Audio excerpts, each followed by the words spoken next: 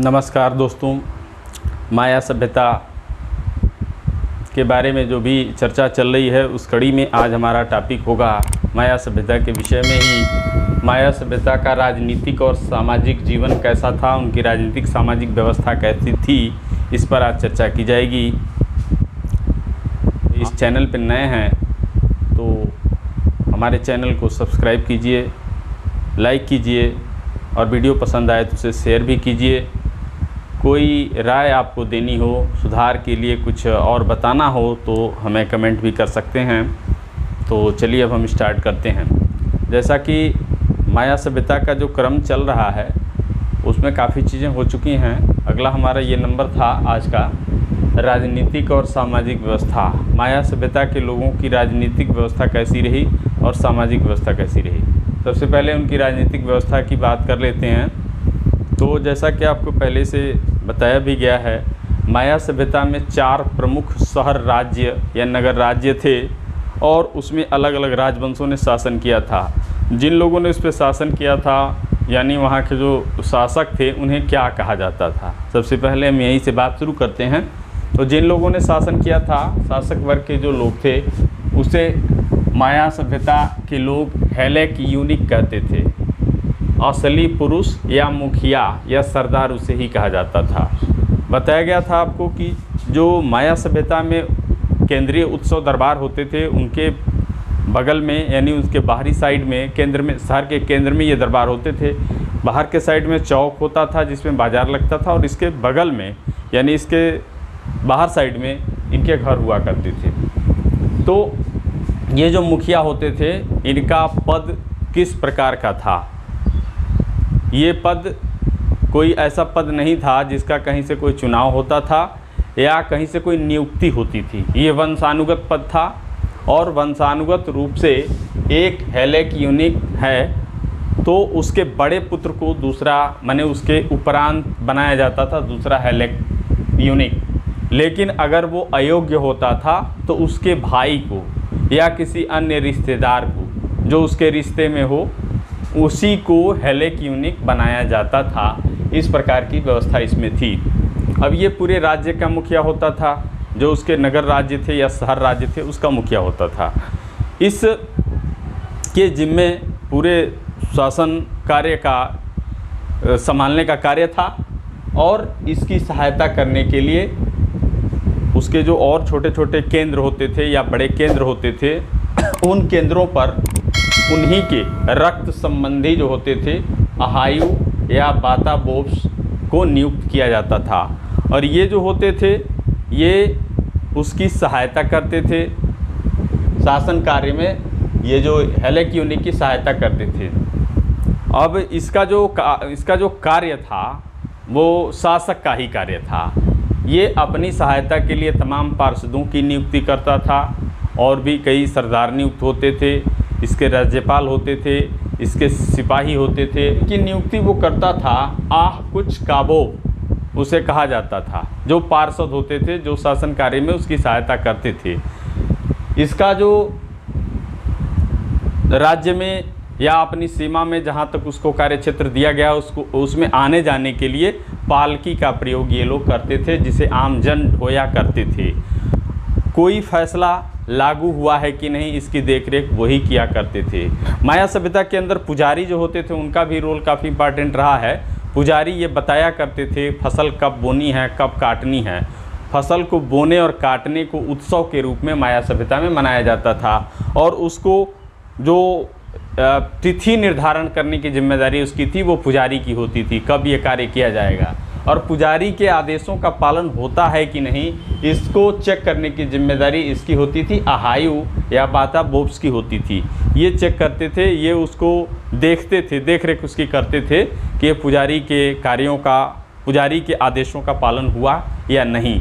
सामान्य लोग हर तरह के टैक्स या कर दिया करते थे। नजराना और टैक्स या राजस्व वसूलने का कार्य भी इसी का था, बाता बोप्स का था। ये नजराना और जो कर था इसकी वसूली भी किया करते थे।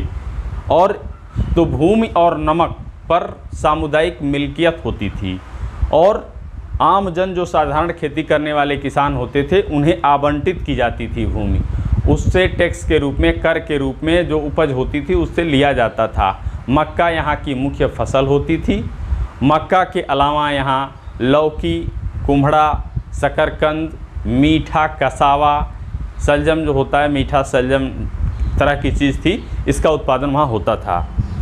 वर्षा का देवता जो था यहाँ का, उसे चाक कहा जाता था, जो वर्षा का देवता था। हालांकि माया सभ्यता के केंद्रों पर या माया सभ्यता का जो स्थल है उसमें वर्षा अधिक होती थी, फिर भी पानी की कमी से ये लोग जूझते थे। ज़मीन की जो भूमि था, भूमि की ऊपरी परत पतली होने के कारण पानी नीचे चला जाता था। नीचे पानी सोखने वाली चट्टानें थी, इसलिए पानी की समस्या वहाँ बराबर बनी रहती थी नदी के क्षेत्रों को छोड़कर।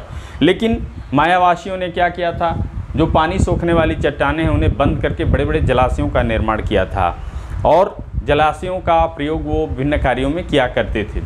इसके बाद इनके फसल बोने और काटने में जैसा बताया गया उत्सव मनाया करते थे।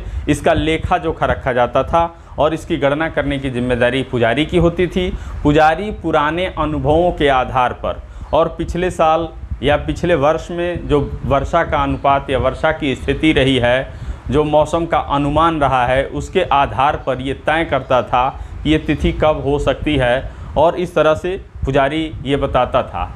बाकायदा इसका लेखा जोखा भी रखा जाता था, साल भर का लेखा जोखा रखा जाता था। पुजारी जो होता था वो एक हर साल का लेखा जोखा याम काक्स के रूप में रखता था और इस तरह से यहाँ कृषि का कार्य होता था। मुख्य रूप से यहाँ पे कर जो होता था देने के लिए, वो कर मक्के के रूप में दिया जाता था।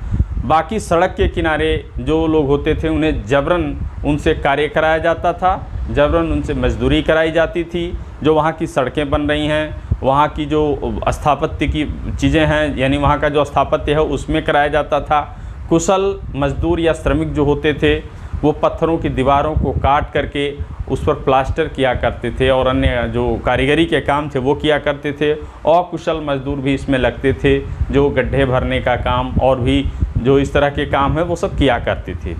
टैक्स देने का कार्य साधारण लोगों और किसानों का था। कुछ लोग ऐसे थे टैक्स या कर नहीं देते थे, जैसे जो सरदार होते थे, पुजारी होते थे, सैनिक और असैनिक कर्मचारी होते थे, ये लोग टैक्स नहीं देते। युद्ध का नायक होता था वो आम तौर पर वातावोप्स नहीं होता था, कभी कभी हो भी सकता था। इसके लिए अलग से वो अधिकारी नियुक्त करते थे जो युद्ध नायक होता था। युद्ध की स्थिति में युद्ध में सेना का संचालन किया करता था।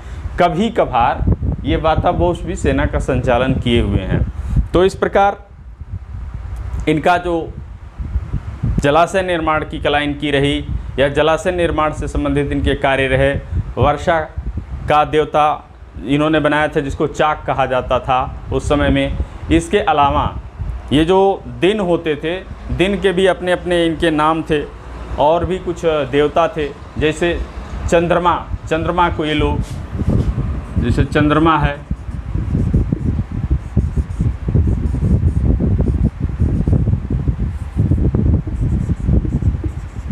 चंद्रमा छेन, चंद्रमा को ये छेन कहा करते थे। और शुक्र, शुक्र इनके एक देवता थे। शुक्र